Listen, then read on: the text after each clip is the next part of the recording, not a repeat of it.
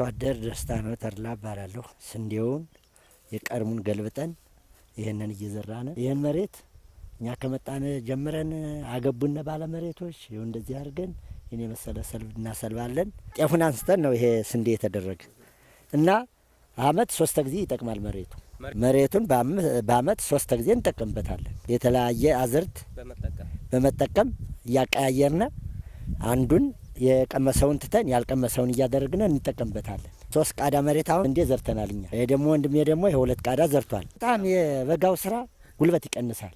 አረሞ ብዙ ጊዜ እርሙ አይልም። ወዲያው እናርመዋለን። መድኃኒት ብቻ ነው መርጨቱ እንትን የሚለን እንጂ መድኃኒቱን ነው እንጂ አረሞ ቀላል ነው።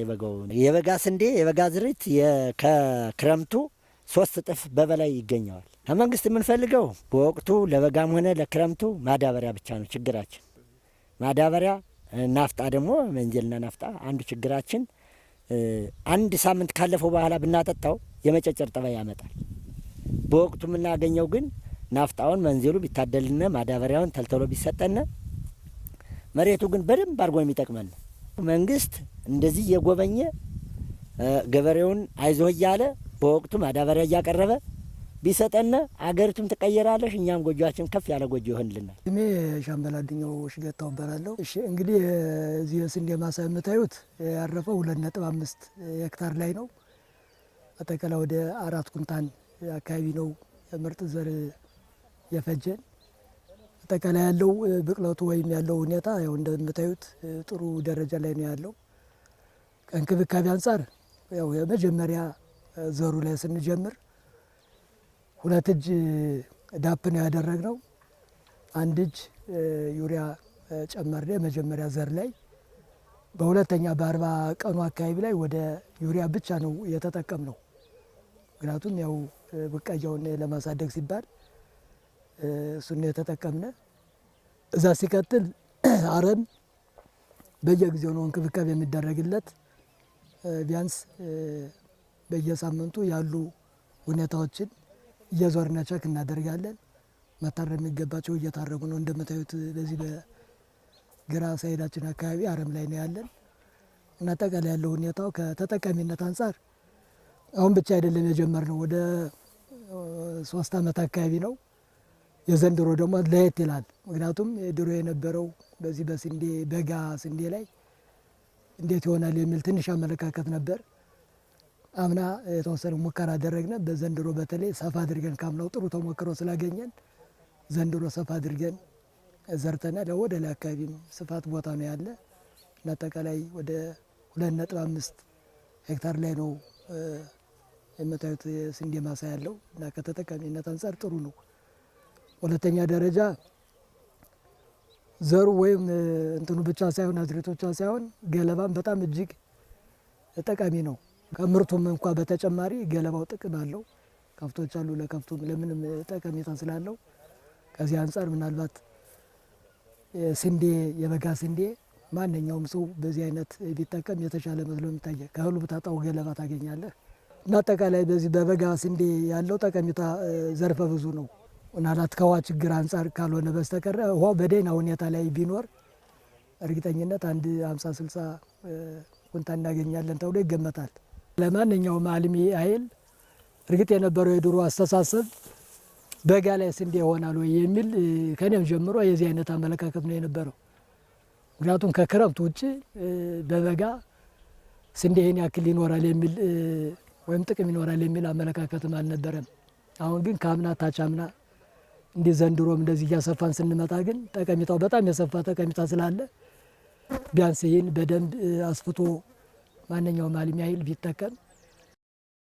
እኔ አዳና ማረ ባላለሁት በስንዴ በማልማት እያለማው እገኛለሁ። የበጋ ስንዴ ልማት ያው እኛ በክረምትም በምን ማርሰን የማናገኘውን ልማት አጠፌታ ነው የምናገኘው ያለ። እኔ በማሳ የዘራሁት 160 ኪሎ ዘርቻለሁኝ። ከ20 እስከ 25 ባለው ይሆናል ብዬ በጣም እርግጠኛ እንደሆንኩ ስለማውቁ ይሆናል። አምናም ያን ያህል ዘርቼ ከ20 ምናምን ኩንታል አግኝቻለሁ። ያው የበጋ ስንዴ ማለት በቃ በጣም ከሚገባው በላይ ገለባውም እንዲሁ ጠቀሜታ አለው፣ አጠፌታ ነው። ስንዴውም የተለየ ይሄ ነው የማይባል ነው። በሰው እጅም ስለሆነ መዳበሪያም ያለውን ነገርም ኮንፈስም የተጠቀምኩት አለኝ። አሁን ኮንፈስ ደፍቼ የተለየ ነው። ከመዳበሪያው ኮምፖስት እንደሚለይ አሁንም ባይን ማየት ይቻላል። በግብርና ባለሙያ በጣም ክትትል አለ። እንዲሁ ያለው ቤንዚንም ናፍጣም እየተሰጠን ነው። ሞተር ብቻ እኔ አሁን ያለው ነገር ሞተር አልተሰጠኝም። ሞተር ብቻ ነው እኔ ቃለ ጥያቄ የማደርገው የዚህ ጥረት ብቻ ነው እንጂ ሌላ ግዳፍ እኔ ከግብርና ብዙ ነገር ብዙ አላማ ብዙና ብዙ ትምህርትም እየተሰጠን ነው።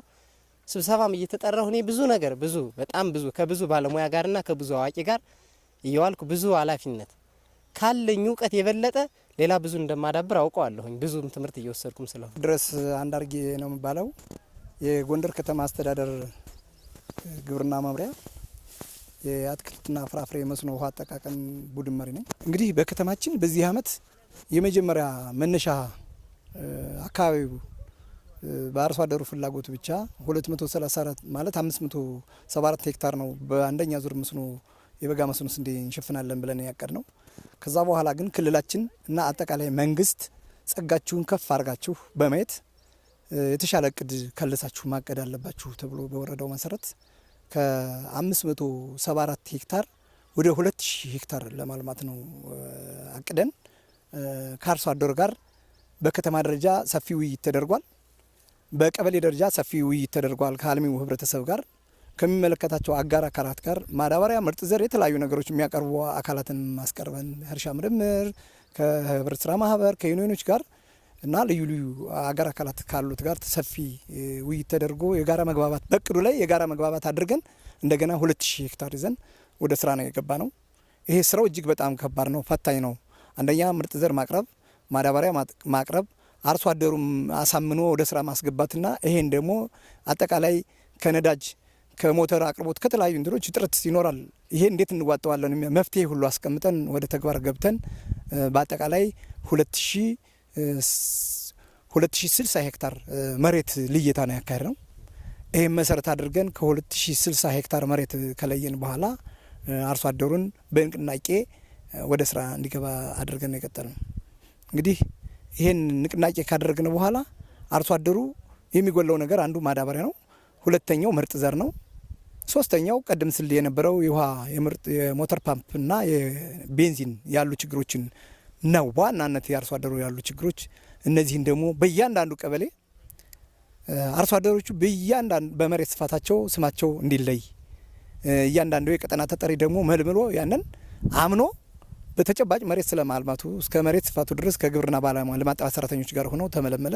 ከዚህ በኋላ ነዳጅ የሚጠቀሙ አርሶ አደሮችን በዝርዝር ለንግድና ኢንዱስትሪ በየቀበሌው የነዳጅ ሽቶችን በማቅረብ አርሶ አደሮቹን የነዳጅ ተጠቃሚ አድርገናል። አንድ ሁለተኛ በጣም መሬታቸው ምንም አይነት የማረሻ ነክቶት ማያውቅ ችግር ያለባቸውን አርሶ አደሮች በመምረጥ ገንዘብ መገዛት የማይችሉ አርሶ አደሮችን በመምረጥ ለምሳሌ ሚሊስ ወታደሮች በተለያየ ልዩ ልዩ አደረጃጆት ያሉ ወጣቶችን ሴቶችና ህጻናትን መሰረት አድርገን የመጡ ሞተር አስመጥተን እነሱን እንዲሳተፉ በማድረግ አንዱ እሱ ነው።